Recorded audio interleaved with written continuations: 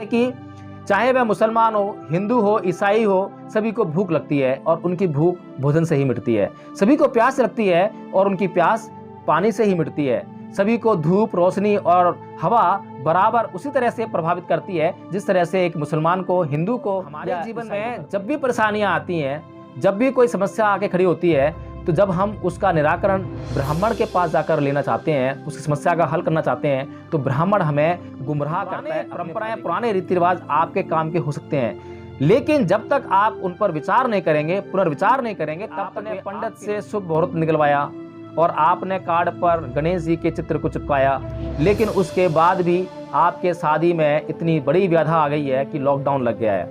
और न केवल लॉकडाउन लगा है, बल्कि लड़के की सास को जो व्यवस्था है, पूर्वजों को जो पितर बनाया गया है, ये हिंदू धर्म में ही व्यवस्था है, यह किसी अन्य धर्म में नहीं है।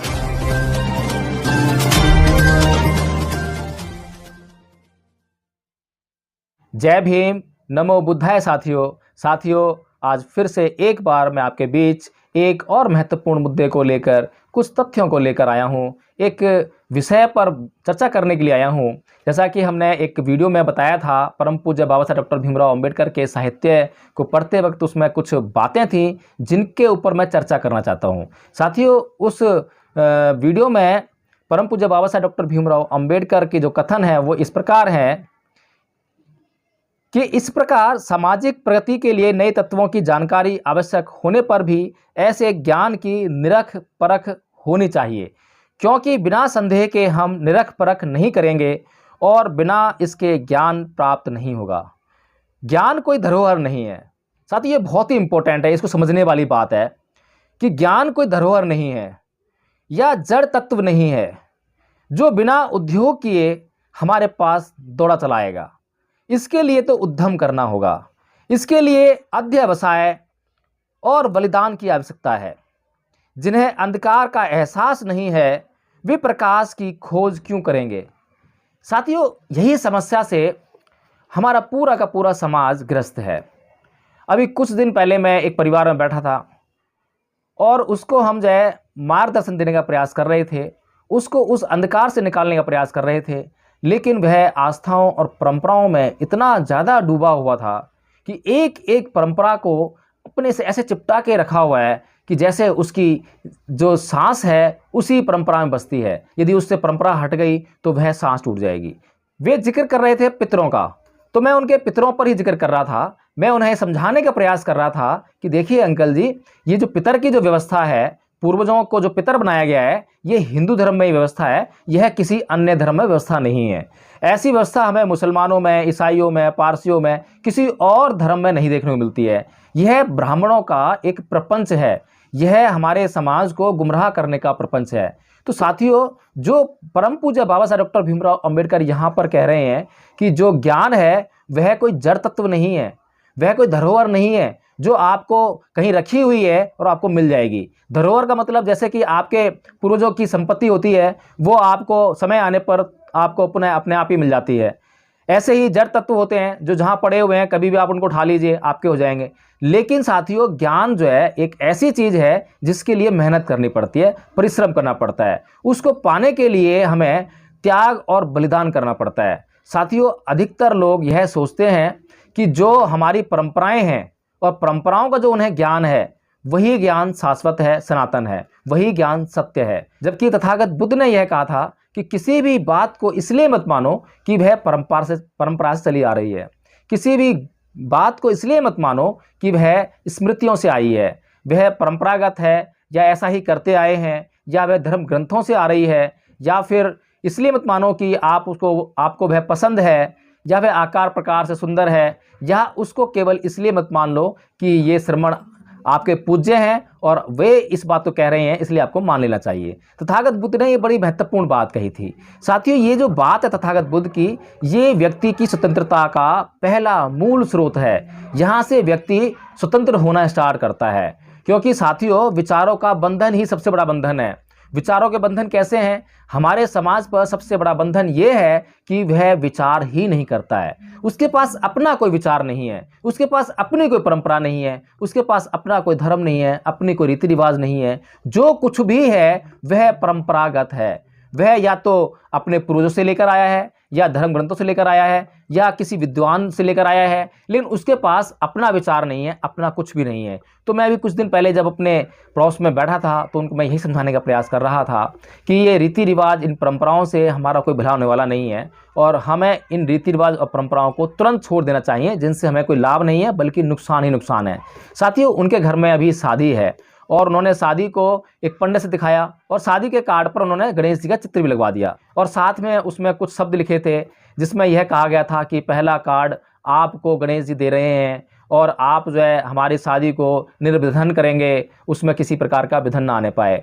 तो मैंने उनसे सीधा सा पर एक ही सवाल कह दिया कि आपने पंडित से शुभ मुहूर्त निकलवाया और आपने कार्ड पर गणेश जी के चित्र को चिपकाया, लेकिन उसके बाद भी आपके शादी में इतनी बड़ी व्याधा आ गई है कि लॉकडाउन लग गया है, और न केवल लॉकडाउन लगा है बल्कि लड़के की सास को कोरोना भी हो गया है। अब बताइए कि कैसे विवाह संपन्न हो, कैसे वो जो भय का माहौल इस टाइम चल रहा है देश में, उससे मुक्त होकर क्या ये शादी संपन्न हो सकती है? तो साथियों, ये जो परंपराओं का जो अंधकार है, रीति रिवाजों का जो अंधकार है, धर्म का जो अंधकार है, हमारे समाज के लोगों पर इतनी बुरी तरह से बैठा हुआ है कि वे हिंदू धर्म को छोड़ देते हैं, बौद्ध धर्म में भी आ जाते हैं, तब भी उस अंधकार से मुक्त नहीं हो पाते हैं। वे नाना प्रकार के रीति रिवाजों, संस्कारों से ग्रस्त होकर ही हिंदू धर्म से बौद्ध धर्म में आते हैं। लेकिन साथियों, हमें यह समझना चाहिए कि हर बार जब भी आपको कोई कार्य करना हो, तब आपको नई परंपरा, नए रीति रिवाज और नए विचार को पुनः स्थापित करना होता है।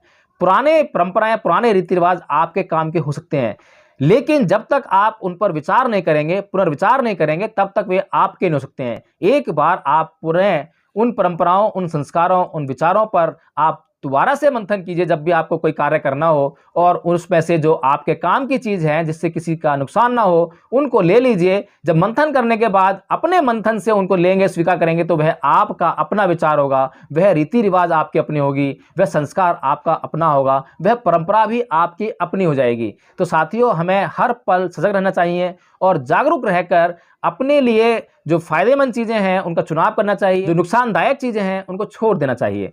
तो साथियों, जब मैं अपने पड़ोसियों को यह समझा रहा था कि जो पितर होते हैं वे हमारे लिए कभी नुकसानदायक नहीं होते हैं। पहली चीज़ तो यह है कि पितर जैसी कोई चीज़ होती नहीं है, यानी कि मरने के बाद जो व्यक्ति है उसका अस्तित्व समाप्त हो जाता है। ये जो चार तत्व हैं वह चार महाभूतों में विलीन हो जाते हैं, और यदि कोई मान भी लिया जाए, जैसा कि हिंदू लोग आत्मा विश्वास करते हैं और वे यह मानते हैं कि आत्मा कभी भी नहीं मरती है, वह कभी भी वह सनातन है, वह हमेशा बनी रहती है।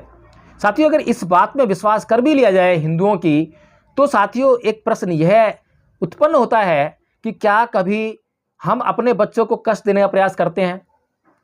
क्या अगर हम अपने बच्चों को कष्ट देना प्रयास नहीं करते हैं, और बल्कि ये प्रयास करते हैं कि उनके जीवन में जो कष्ट आते हैं उनको हम अपने ऊपर ले लेते हैं, हम अपने बच्चों को हर सुख सुविधा को देना चाहते हैं, उनके तमाम कष्टों को अपने ऊपर ले लेना चाहते हैं, तो साथियों मरने के बाद ऐसा क्या हो जाता है कि जरा जरा सी बात पे वे पितर जो है आकर हमें तंग करते हैं। तो साथियों, ये जो हमारे जीवन में जब भी परेशानियां आती हैं, जब भी कोई समस्या आके खड़ी होती है, तो जब हम उसका निराकरण ब्राह्मण के पास जाकर लेना चाहते हैं, उसकी समस्या का हल करना चाहते हैं, तो ब्राह्मण हमें गुमराह करता है अपने फायदे के लिए, और वह जानता है कि जब तक हम अंधकार में रहेंगे तब तक हम उसकी बात को मानते रहेंगे। इसीलिए उसने यह पितर की व्यवस्था करी, क्योंकि पितर की व्यवस्था ऐसी है कि पितरों में जो है बड़ी आस्था और श्रद्धा तुरंत पैदा हो जाती है, क्योंकि हर व्यक्ति अपने माँ बाप से प्रेम करता है और इस प्रेम में इतना ज़्यादा आसक्त होता है। इसीलिए उस परिवार को समझाने में मैं बार बार असफल हो रहा था, क्योंकि उस परिवार का एक ही कहना था कि अपने पूर्वजों का तो सम्मान करना चाहिए, अपने माँ बाप की तो इज्जत करनी चाहिए, इसमें तो कोई बुराई नहीं है, हमें पितरों का तो मतलब जो खान पान है, जो भी करना होता है वे करना ही चाहिए। साथियों, मैं इसीलिए फेल हुआ क्योंकि उनकी जो श्रद्धा, उनकी जो आस्था जो अपने माता पिता से जुड़ी हुई है, जो प्रेम का भाव जुड़ा हुआ है, वह उनको ये सोचने ही नहीं दे रहा है कि ये जो व्यवस्था है पितरों की, यह केवल हिंदुओं में है, अन्य धर्मों में नहीं है, यह कोई यूनिवर्सल ट्रुथ नहीं है। अगर यूनिवर्सल ट्रुथ होता, अगर सार्वभौमिक सच्चाई होती, तो ये सभी लोगों में समान रूप से पाई जाती। जैसे कि चाहे वह मुसलमान हो, हिंदू हो, ईसाई हो, सभी को भूख लगती है और उनकी भूख भोजन से ही मिटती है। सभी को प्यास लगती है और उनकी प्यास पानी से ही मिटती है। सभी को धूप, रोशनी और हवा बराबर उसी तरह से प्रभावित करती है जिस तरह से एक मुसलमान को, हिंदू को या ईसाई को करती है। साथियों, ये सार्वभौमिक सत्य है। हमें किसी भी सिद्धांत को तब तक नहीं मानना चाहिए जब तक कि उसमें सार्वभौमिक सत्य स्थापित ना हो, व्याप्त ना हो। तो साथियों, इसी के साथ मैं अपनी बात समाप्त करता हूं। और यदि आपको यह वीडियो समझ में आया है, पसंद आया है, तो मैं आपसे यह अपेक्षा करता हूं कि आप इस वीडियो को लाइक करेंगे, इस वीडियो को शेयर करेंगे और हमारे चैनल को सब्सक्राइब जरूर करेंगे। जय भीम, नमो बुद्धाय साथियों। अपना चैनल, आपका चैनल, समाज का चैनल, देश का चैनल एनबी न्यूज 24/7 को आप लाइक करें, सब्सक्राइब करें और ज्यादा से ज्यादा इसकी वीडियो को शेयर करें ताकि हर खबर को मैं आप तक आसानी से पहुंचा